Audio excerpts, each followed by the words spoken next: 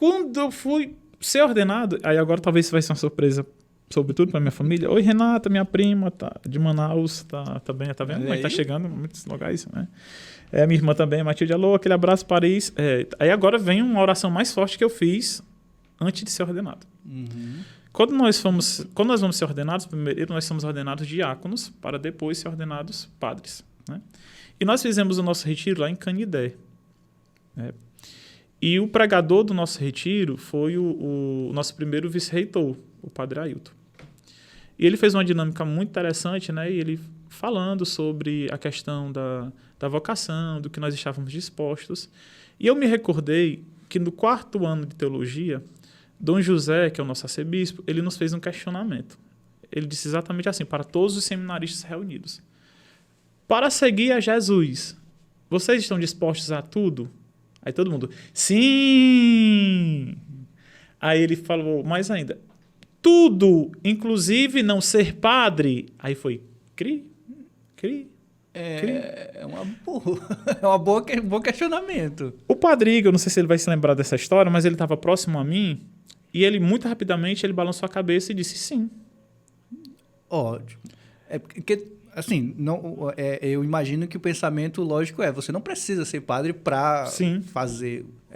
Ser padre, né, é uma das possibilidades de você servir a Deus, não a única, né? Com certeza. E eu fiquei inquieto com aquele questionamento, né? E eu guardei aquele questionamento. E eu levei esse questionamento para o meu retiro diaconal.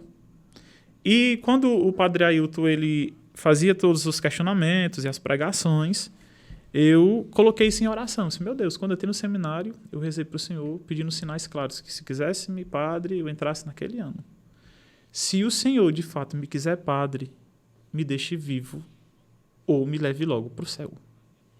Forte. Porque se for para ser padre de qualquer jeito, é melhor que eu não seja padre.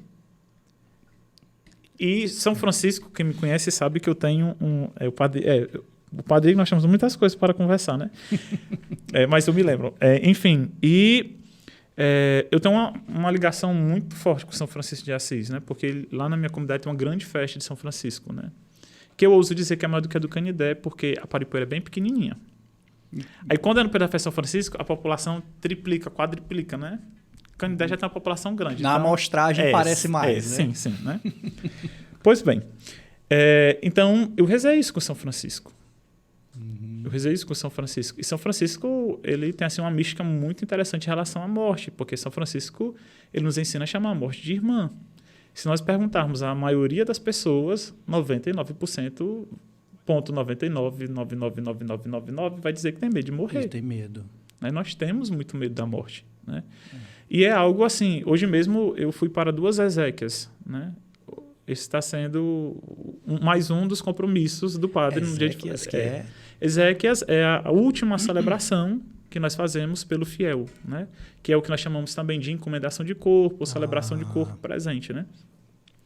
Interessante porque era de uma senhora que tinha quase 80 anos, ali na região do Beira-Rio, e do jovem João Pedro, né? Foi da dona Maria Marcelino, que tinha quase 80 anos, e do jovem João Pedro, né? Que só tinha, salvo engano, 21 para 22 anos, né? Muito jovem. Então, assim, eu falava sobre isso, né? Tanto lá no velório da dona Maria, como no velório do João Pedro.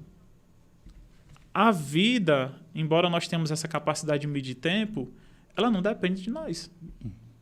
E a gente, às vezes, corremos o risco de perder tempo buscando respostas que não existem, né? Quando o João Pedro desapareceu, né? E muita gente começou a procurá-lo, né? E tudo mais, aí vem as muitas hipóteses, né? Os muitos questionamentos. Mas por que ele foi passar por lá? Mas por que lá ainda estava daquele jeito? Mas por que que choveu? Mas por que isso? Por que aquilo? E se ele não tivesse ido? E se não tivessem feito o pedido? Muitos sis, muito porquês. Que não resolvem. Né? Então, assim... A aceitação, às vezes, é dolorosa, mas se faz cabível. Tem coisas que não têm resposta. Verdade. Né? Então, tem coisas que simplesmente nós precisamos acolher e viver. Né? O mistério maior foi o de Nosso Senhor na cruz, né? Que nós chamamos de mistério, porque já são quase 2.000 anos, né? Da sua encarnação são mais de 2.000 anos, do seu mistério da cruz quase 2.000 anos, né? Haja visto que Jesus faleceu aos 33. E até hoje nós muito falamos, não compreendemos, nem vamos compreender em totalidade, porque se nós compreendêssemos em totalidade o que Deus realizou na cruz, não seria mistério. Seria só mais um de tantos conhecimentos. E não é apenas um feito histórico, não é um acontecimento histórico. O que nós celebramos enquanto cristãos católicos é o mistério da cruz.